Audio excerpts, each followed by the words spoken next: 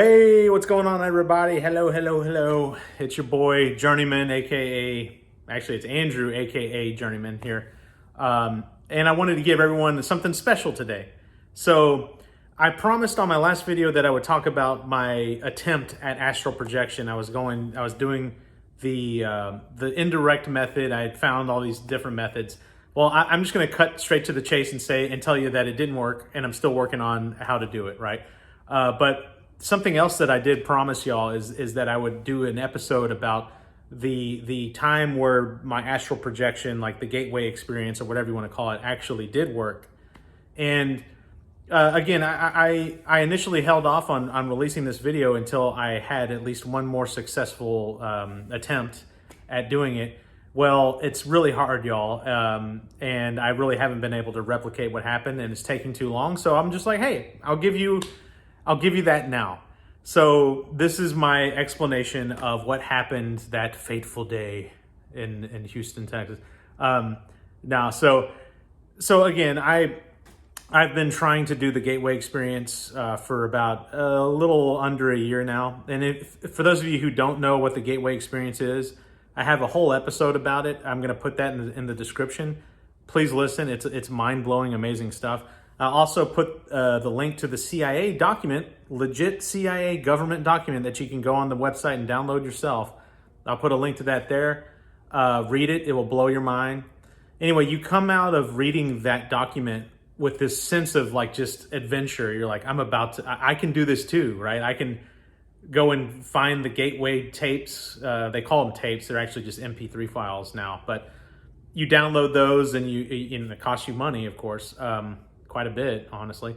But you download those and you're like, I'm going to be strapped on the rocket ship and we're leaving my body, in a mere 30 minutes. It's like, nope.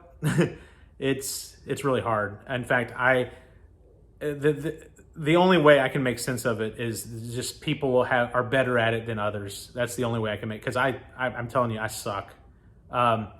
So I almost gave up on the gateway experience. I still listen to it every now and then. And I have had some kind of interesting experiences with the gateway experience, but I wanted to go deeper into the base, like the root, of astral projection. So I started doing more research. I found this one particular guy's channel that talks about astral projection and his direct method of getting there. And I can't even talk.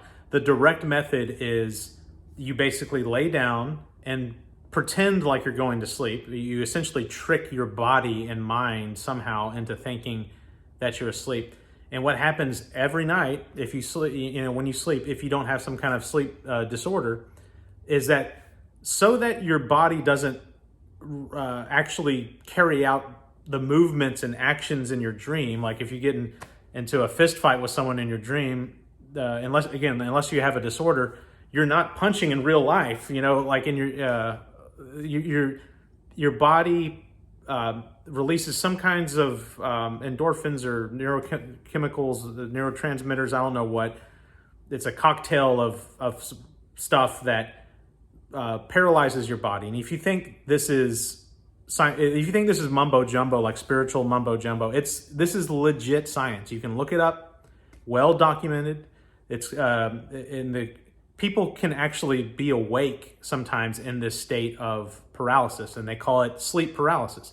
I'm sure a lot of you have experienced this before, where you kind of wake up, and you're awake and you can't move. And some people even have the feeling of something sitting on their chest. And sometimes people see nefarious, malevolent creatures that are trying to attack you in this kind of state. I have different theories about that. We'll talk about that later. But this is legit science. Sleep paralysis is a real thing. So you want to reach that state during what they call the direct method. You lay down, you be completely still, preferably lay on your back. People say it doesn't matter what position you're in, but I always try to lay on my back. And you be absolutely still. You try to occupy your mind with something that's not going to make your mind wander like crazy. This guy's suggestion in his video is to count backwards from 300. That's what I did. And it's amazing because it worked on my first attempt, y'all. It's amazing. You doing this method, you sit there for about 30 to 45 minutes before your body kind of finally gives in, and you trick your body into thinking it's asleep. And those chemicals get released, and they call it the lead blanket. That wave, it's a wave of, I think it starts from your feet. I'm trying to remember. I think it's feet first for me anyway. It washes over you, and it feels like someone has put a lead blanket on you, and you can't move. And you also get a buzzing sound. Some people call it electricity. Some people call it static. To me, it's kind of both depending on the situation. Sometimes it's more loud and intense than other times. But this is all what happens, right? And then from that state, you try several different methods of rolling out or popping out of your body. Like one method is the rollout method, which is the one I use, and they teach this in the Gateway experience as well, is that you, with your mind, because you don't want to do this in real life, otherwise you'll pop awake, even though you really can't because you're theoretically in sleep paralysis. You do a barrel roll in your mind. You imagine your body rolling out, and I always roll to my right. And through that method, that's one of the methods that you're able to kind of pop out of your body. There's another method where you let yourself float up. There's another weird one I've read about where you pretend like you're climbing a rope out of your body. Some people are able to just stand up, it's crazy. And this is where I get into a little bit of debate with myself on whether I had a legit experience or not, because I actually didn't get the sleep paralysis lead blanket feeling. But anyway, so I'm down, laying down, and I about 45 minutes. Oh, I'm also listening to binaural beats, the frequency in one ear and a slightly different frequency in the other ear, and it creates an interference pattern in your brain that's supposed to mimic like brain waves that are supposed to lock you into some kind of resonance that induces this stuff. I don't know how all the science works, but so I was listening to binaural beats too. And about 45 minutes in, I feel this. That's what happened. So 45 minutes in, I was trying to remember the sequence of events. And the very first thing that I usually always encounter when I start noticing things, right, is I start seeing this geometric, symmetrical, beautiful kind of pattern behind my closed eyelids. And I use those words specifically, behind my closed eyelids, because that's what it kind of looks like. If you close your eyes and kind of pressed on your eye a little bit, you see these discolorations, like they're like colors on your eye. It kind of looked like images like that on the back of my eyelids, but in the shape of this beautiful circular kaleidoscope geometric pattern, very, very similar to the stuff I would see on a psychedelic trip. Very similar to that.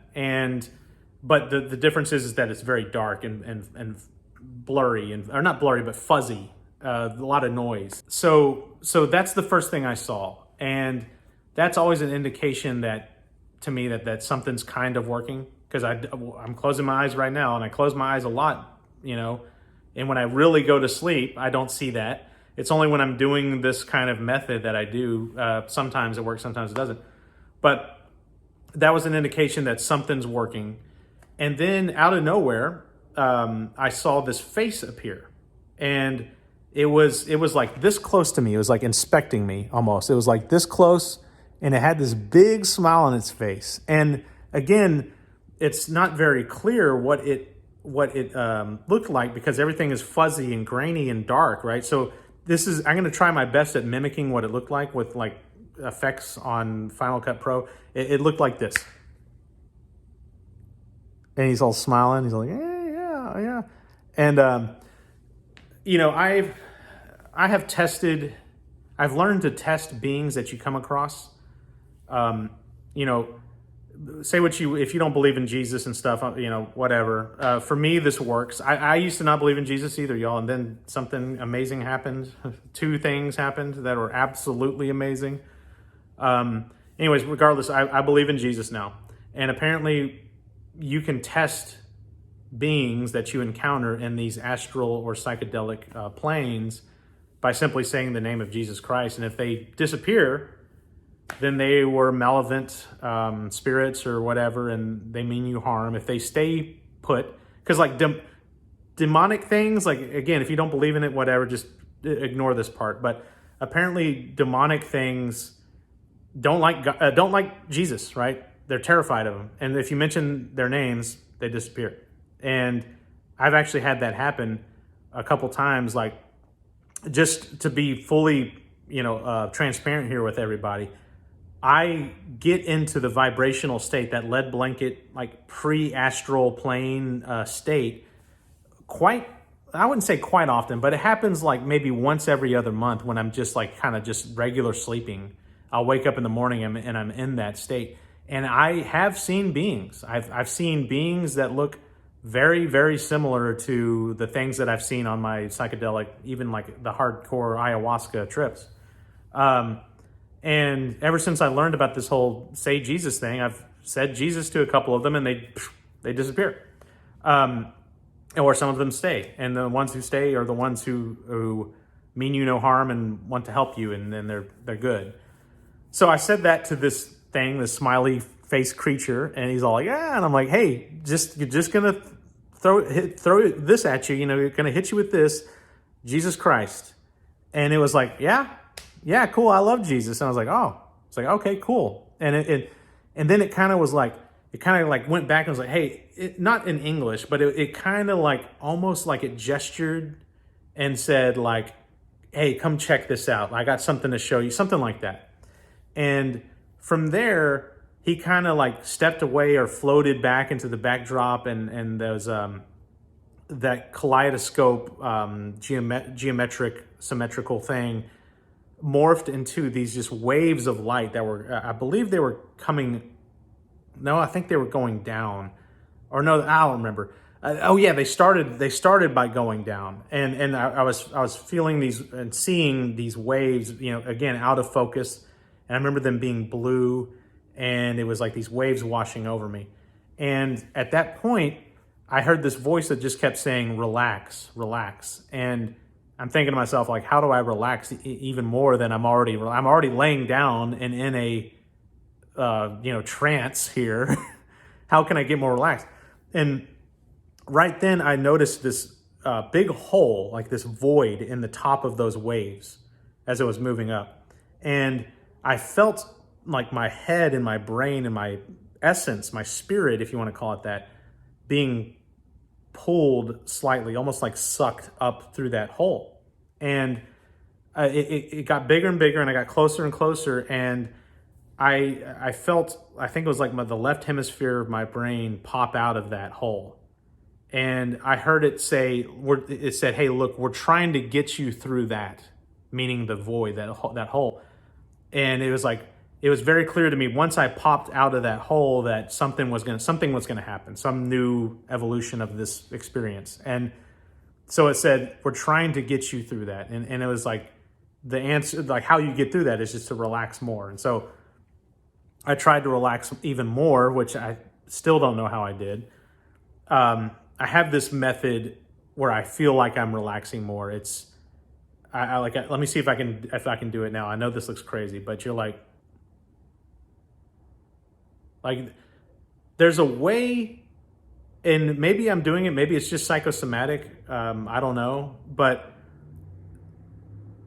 I'm doing it right now. It's like a way that you can kind of like sink into yourself, and that sinking or feeling like creates a pull, like a lifting feeling, like right here. And it's like you collapse in, and then you're lifted out.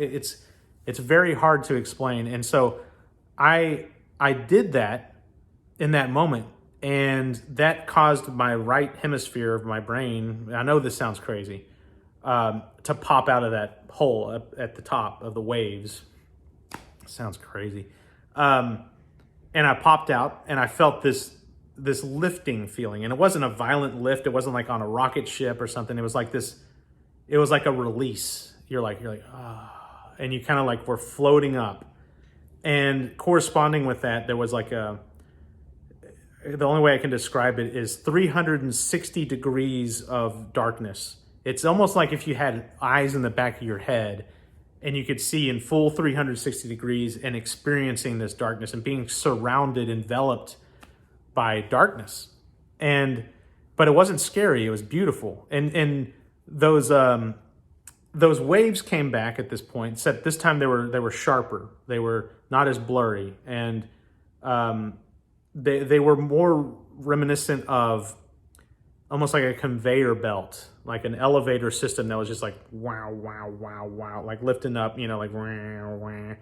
And right about then, I saw another creature thingy. This one looked like an alien, and again, it got like this close to me, and it's like looking at me like this.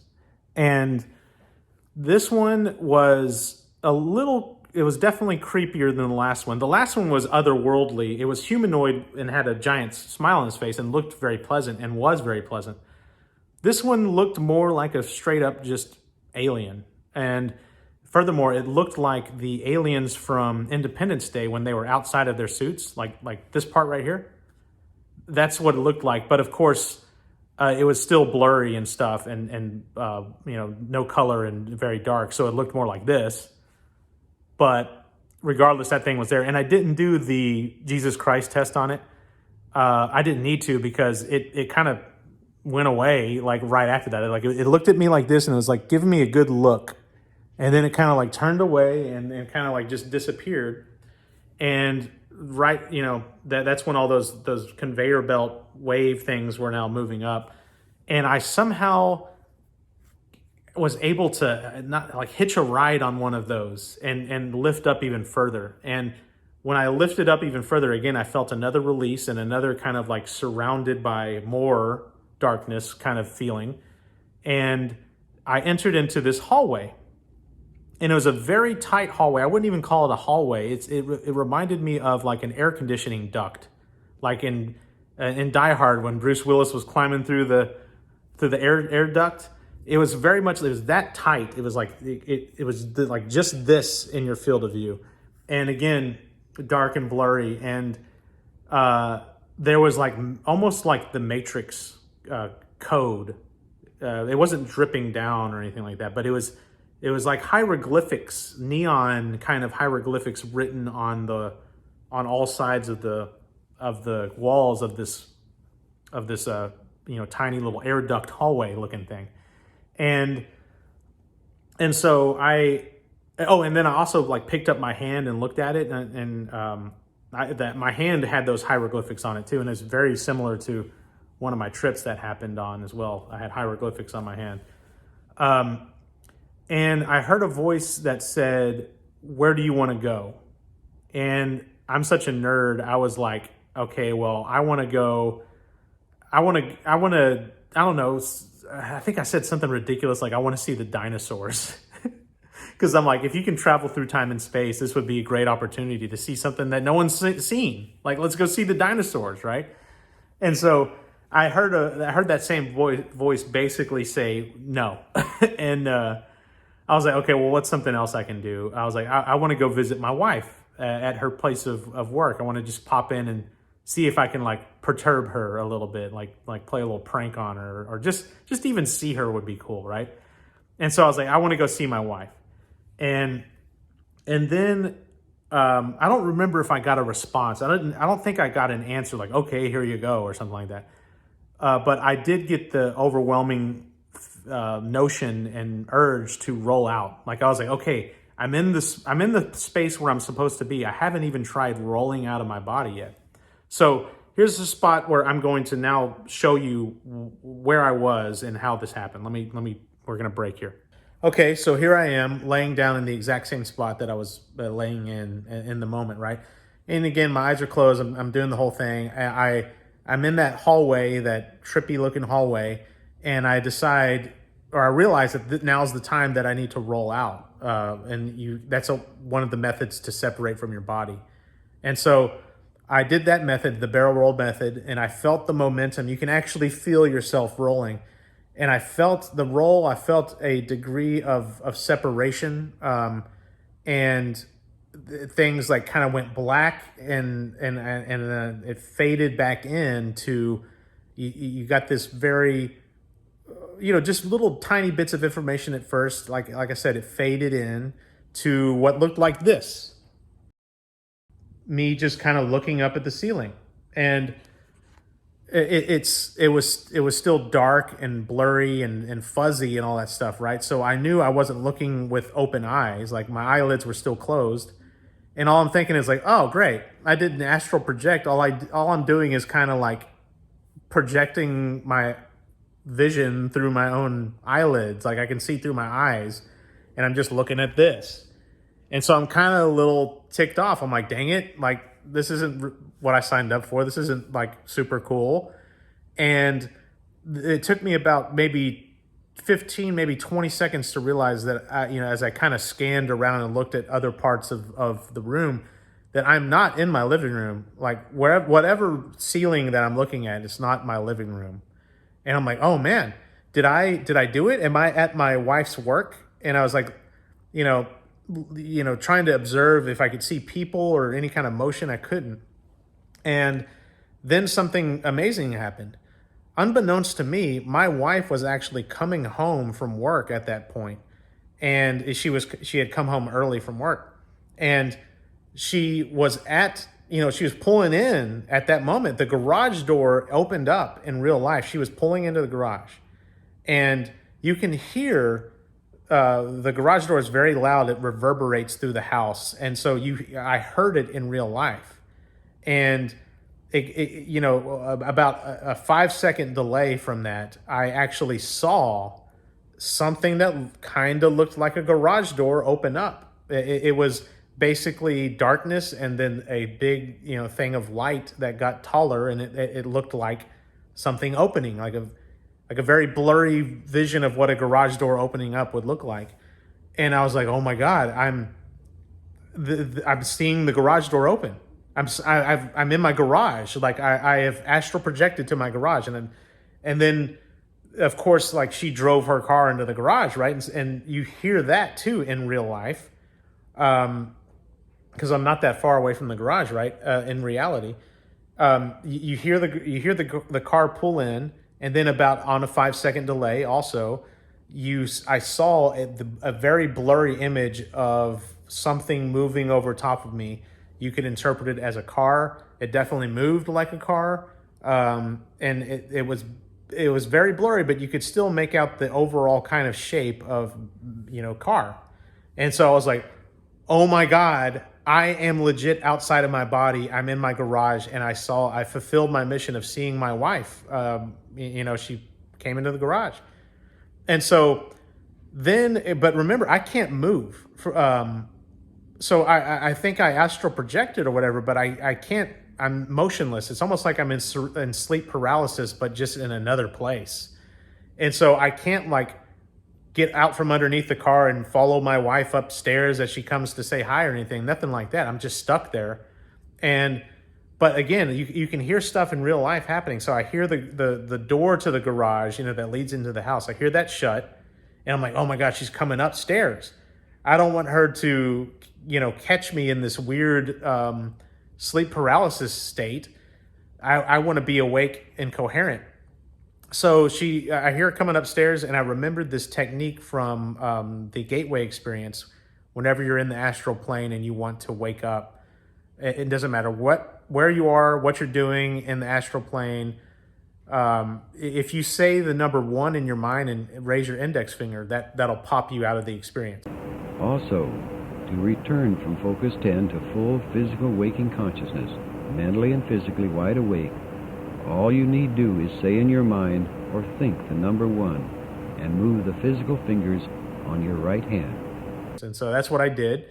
I heard her coming up the stairs, and I go, one, and I raise my index finger, and then sure enough, she's coming up the stairs here, and I'm like, hey, honey, I'm like, you're not gonna believe this. I freaking saw you came in, come into the garage, like pull into the garage just now. And she's like, okay, like you had your head out the window and saw me pull in the garage. I was like, no. Like I legit, you know how I've been doing like the gateway experience, thing for a while now and trying to astral project. I was like, it worked. Like I legit came out of my body and I was in the garage and I saw the garage door open and I saw you pull in. It was amazing. And so she was blown away. I was blown away. It was an awesome, just totally awesome experience. And I still believe it really happened, y'all. I'm about 60-40, maybe 70-30. The more of half part of that being that I believe it happened. But I do hold out a bit of skepticism about it. Maybe not, maybe it didn't happen, right? Maybe it was just the power of suggestion. And that's where we're going to step in with this next part. I'm going to give you two versions of what happened.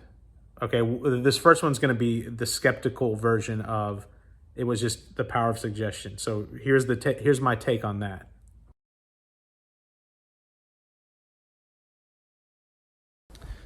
So the skeptic version of what happened, right, is that it's all of the power of suggestion, right? It's like your mind wills it to be, like you want it to happen so bad that your mind makes it happen. I'll never forget reading an article about astral projection, and there's this guy that apparently can do it very well. And there's a certain level of astral projection. I think he calls it level 2, or I forget what, but he calls it the wish fulfillment realm.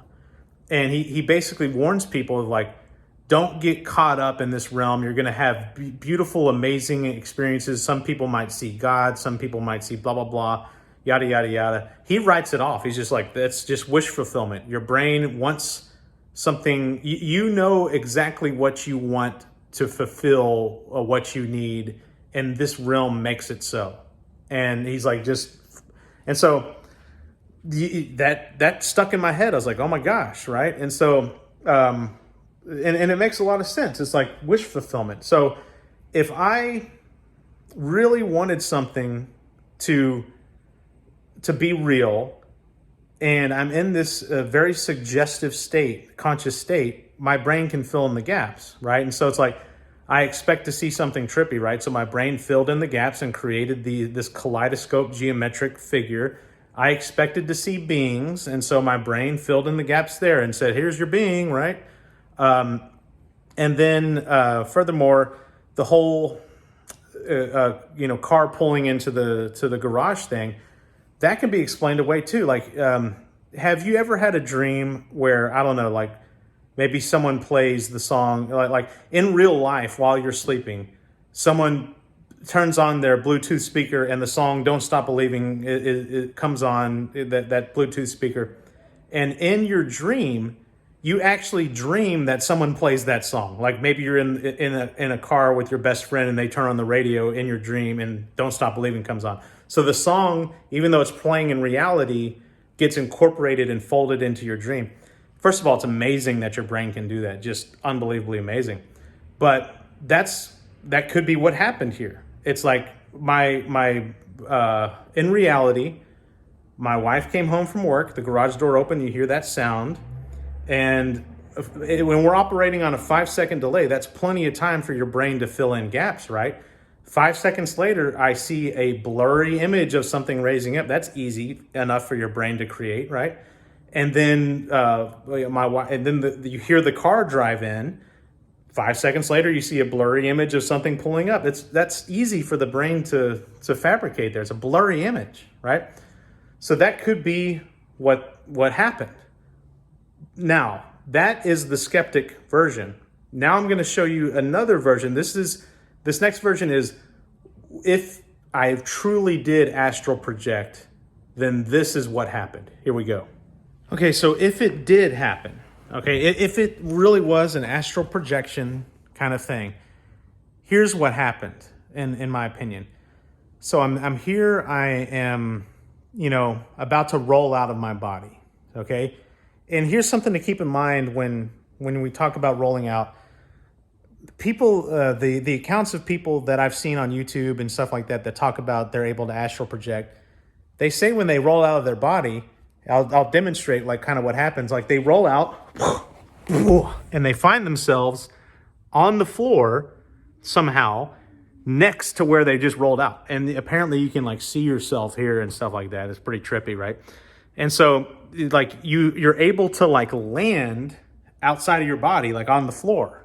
And then you can then walk around your house and stuff like that and do stuff. And some people you can do all kinds of stuff after that. But regardless, you're able to fall and land somewhere.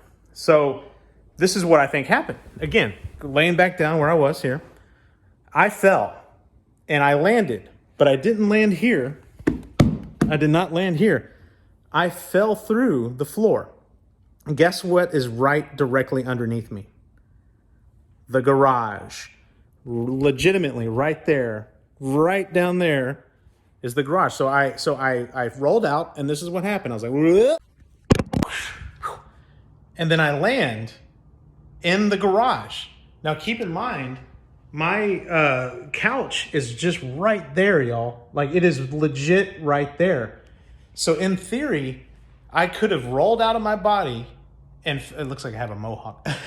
In theory, I could have rolled out of my body off of the couch, fell through the floor, which is right there, right underneath the couch, and landed back up, or back down, face up like this on the garage floor. And this is the ceiling that I saw in that moment. So I'm seeing that ceiling. And then my wife comes home and she comes to the garage right there.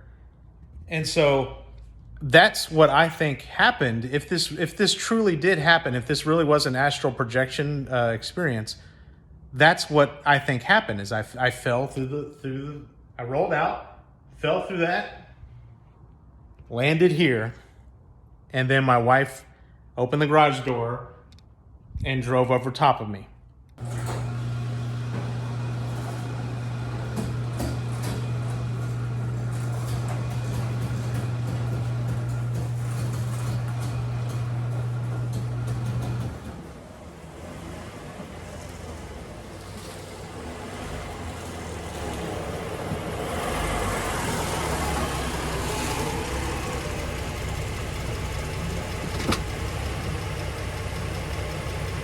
Crazy, crazy stuff, amazing stuff. And so, yeah, I mean, the big questions are, was it real? Was it not? Right? And again, we can argue till the cows come home about what is real and what isn't. Another drink here for the 152 subscribers. We can talk about what's real and what isn't. But let's table that conversation. And let's talk about, like, was it real for me? Like, do I think it was real in my definition of what I call real? And I'm on the fence here. Like, there's some inconsistencies that don't make sense to me. And the first one is, well, there's a lot, right? But one of the ones that leaps out at me was the whole falling through the floor thing. It's like, how is it that someone can fall out of bed and land next to themselves, right? But I fall out and fall further through a floor and then land on the how is it that this floor doesn't matter, but the one below me does? It's like, I'll fall through this one but not that one. Like, is there some kind of agreed boundaries in the astral plane that's like, these are floors that you can fall through and these ones that you can't? It's like, you can fall through wood floors, but not through concrete floors, or because the concrete floor down there was like anchored on the earth, it's like you can't fall through like the base part of the earth. It doesn't make sense. Like, why wouldn't you just fall straight through the center of the planet? It's just like, if you're like pure energy form, how are you even able to land? It's like what? It's like, I don't get it. And so that's a big inconsistency in my book. Doesn't make sense to me.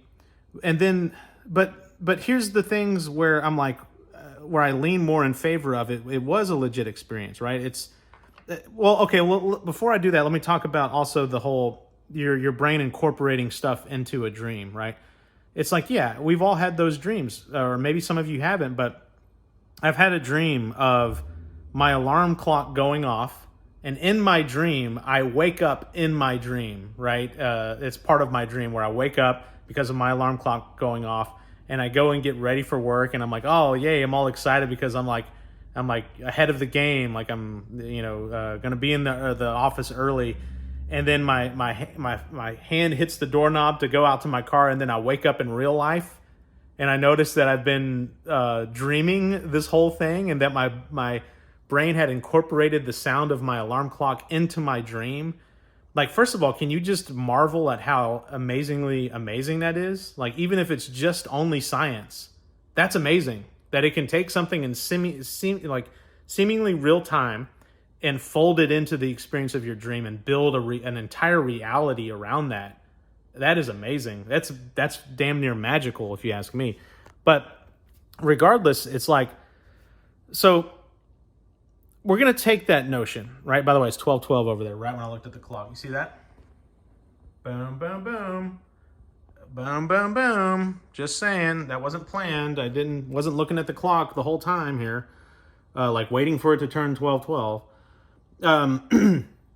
But anyway, so, and I haven't been looking at the clock at all this morning, by the way. So for those of you saying like, oh, you just look at the clock all the time, and the time that it is 12:12, that's the only time you notice because it's a significant pattern. No, I haven't been looking at a clock all morning, legit. And no, it's not that I just flushed it out of my memory and don't even remember. I legitimately have not been looking. Anyway, blah, blah, blah. So my brain folding these experiences into that reality, it makes sense, but then it also doesn't make sense. And here's how it doesn't make sense. If my brain was going to, so let's imagine that my brain really did just, when the garage door opened up and the sound of the garage door opening, my brain was like, okay, we're going to do what we usually do in dreams here, and we're going to fold this into his experience and build the reality around it. Nothing magical going on here, just all science and neuroscience stuff, right? If it did that, why wouldn't it do it more convincingly?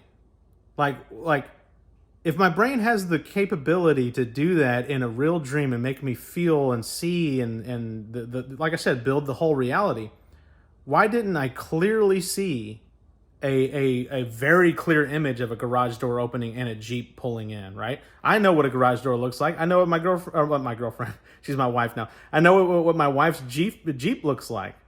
Why wouldn't my brain just go ahead and create the rest of that? Like, why would I have such a blurred, dumbed down, vision of that? Like, it doesn't make sense. So that is why I'm kind of leaning towards it might have been real, whatever we want to call that, because my brain could have done a lot better than that. I have very, very, very vivid dreams, y'all. I remember not all of them. I mean, not even a lot of them, but the ones that I do remember, I'm not one of these people that don't remember dreams. I do remember dreams. And I remember them vividly. And then I've had lucid dreams where it's like, again, you get this realer than real feeling, the same realer than real feeling that you get on a psychedelic trip. Almost the exact same feeling. So it's not like my brain is incapable of producing such vivid imagery and detail. It does that a lot, all the time, like a lot. And so why wouldn't it do it? Doesn't make sense. And if you're saying, well, you're just in a different conscious state, it's like, well, duh. Like, that's the whole thing. Like, I'm in a different conscious state. And so, again, because it wasn't convincing, though, and this is the whole joke part of it, right? It's like, I'm convinced that it was real because it wasn't convincing. Oh, isn't that weird? It's like, that's a big joke. That is a very deep joke there. It's like, had it have been real, I would have been more skeptical, or like if it was more vivid. That doesn't make sense either. I got to think through that one. That's tough. You get into these whole existential kind of like debates with yourself and stuff, and that's a tough one. But that's where I've ultimately landed, y'all, is that, but bottom line for me, if it's not convincing, and now I've backed myself into a corner because now I realize that if something is convincing, then by that definition I laid out earlier, it therefore is not convincing. So in order for something to be convincing, it has to be so ridiculous. But what I'm trying to say here is, because I wasn't convinced, even if it is 60-40, it may even be 70-30, y'all, of me believing that it was a legit experience versus not. Even if it was, even being 70-30, I have to err on the side of it not being real, because being a man who respects science, I'm not going to call myself a man of science because I'm not a scientist, but I study a lot of science. I read a lot of science books and so on and so forth. I'm like a freaking total nerd on that stuff. I err on the side of skepticism in this regard. So, but in my mind, y'all, I really do think it happened. I can't believe I just said that. I'm not supposed to say that. Strike that from the record. Pretend you didn't hear it. That's all I got to say on the matter, y'all. I know I've talked a lot here. I hope that this was a very interesting, at least, video for you. And by the way, I am a legit filmmaker. One of these days, I'm going to start using cameras other than my iPhone camera. But no, I would like to take a time while we're chilling here to just thank everyone. So that's it. By the way, that's the experience, and that's all my thoughts so far on the experience. I've tried several other. So I recently got this book. It's called Astral Projection, Practical Guide, rather, to Astral Projection, the Out-of-Body Experience by Denning and Phillips. Over 200,000 copies sold. I wonder, did you think they put a 200,001 copies now that I bought it? Surely they would have done that and put that on my book. Freaking amateur hour here. No, but so I bought that book. I'm going to be reading it. I want to thank you, Tanya Brown, for recommending it. Thank you so much for your support and your recommendation. I'm definitely going to dive into this book and give it a shot. Thank you. And while I'm at that, hopefully that helps me and it works. And if it does, like, you'll be the first to have a drink with me. Hey, come on, we're celebrating, right? But while I'm giving thanks to viewers, I want to give a shout out to some of the very loyal and vocal viewers of my YouTube channel. I did not think that my YouTube channel would be this much fun, y'all. Like my podcast channel on Apple Podcasts or wherever you get your podcasts or whatever, that to me was my bread and butter, and I was kind of treating the YouTube video as just an afterthought. It's kind of like, let me just post my video there too, or my audio there. But there's way more of a community here, and it's so awesome. I really, really do love y'all so much. It's so cool. Like I'm just gonna read off a few names that you guys have really meant a lot to me in the since the beginning of my YouTube channel. Like right off the bat, I'm not gonna say last names and stuff, so because I know we're talking about psychedelics here, right? So I already said Tanya Brown. Sorry, I'll bleep out your name.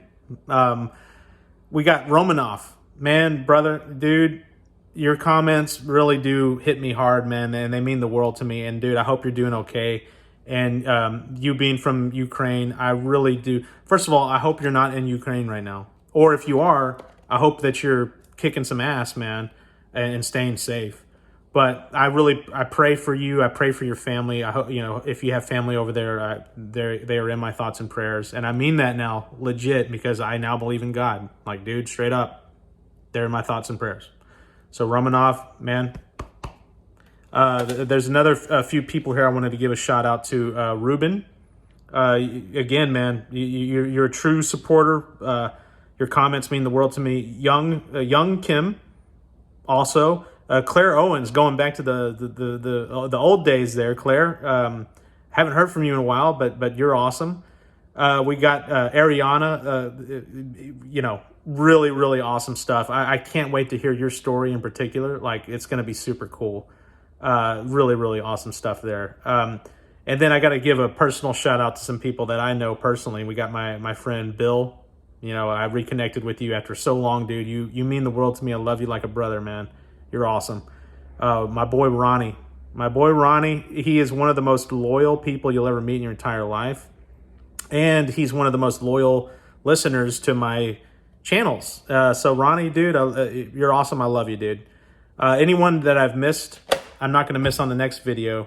And more to come. I love you all. Love you all. Love y'all. My texting coming out here. Anyway, I'm going to do some research. It's probably going to be a while before I can have another one of those experiences. I love y'all all. I've been talking for a long time now. Trip number, I'm going to release a couple of unpacking episodes about Trip 9. They're going to be really awesome, really deep, really, really great stuff. And then trip number 10, because I was going to combine trips 9 and 10 into one episode, but trip 9 was way too awesome to not do a full episode on. Trip 10 is coming out probably in a month or so, a couple months, probably, more than likely. It's amazing. And then we're going to do a couple more unpacking episodes after that. Then it's on to trip. Then it's on to season 2, where I talk about other people's experiences. I've been talking too much now, y'all. I love y'all. Peace be with you. Bye-bye.